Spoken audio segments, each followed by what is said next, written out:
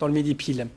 Après le meeting des ortillonnages, c'était la semaine dernière, le Coliseum d'Amiens accueille aujourd'hui et demain le championnat de France de natation handisport. Les compétitions majeures s'enchaînent donc dans le bassin d'Amiens. Reportage de Claire Bricogne et Gérard Payen.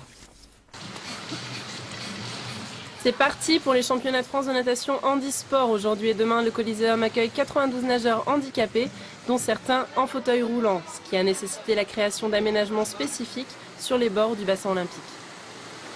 Pour atteindre les pots de départ, on a malheureusement 3 marches. Donc il a fallu trouver une solution. Cette solution elle a été trouvée par les techniciens du Coliseum avec la création de la rampe d'accès au bassin qui a été faite spécialement sur mesure avec le bon pourcentage de pente pour que les sportifs puissent accéder à la demi-lune sans aucun problème.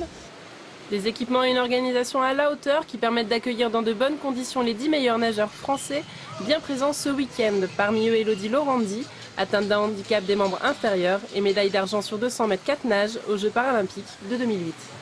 On commence à se rapprocher un peu du niveau entre guillemets, l'image des valides en fait. Donc on commence à être un peu plus médiatisé et ça fait vraiment plaisir parce que on était vraiment à côté de la plaque il y a quelques temps, comme on peut voir aux Jeux de Pékin.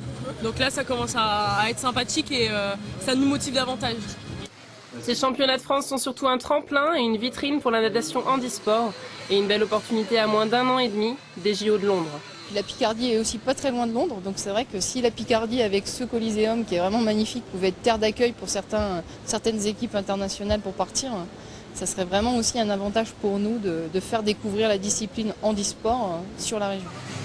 Et demain matin, les 3 Compiègnois Séverine Ardel, Jérôme Demeyer et Frédéric Mauroir tenteront de se qualifier pour les finales de l'après-midi.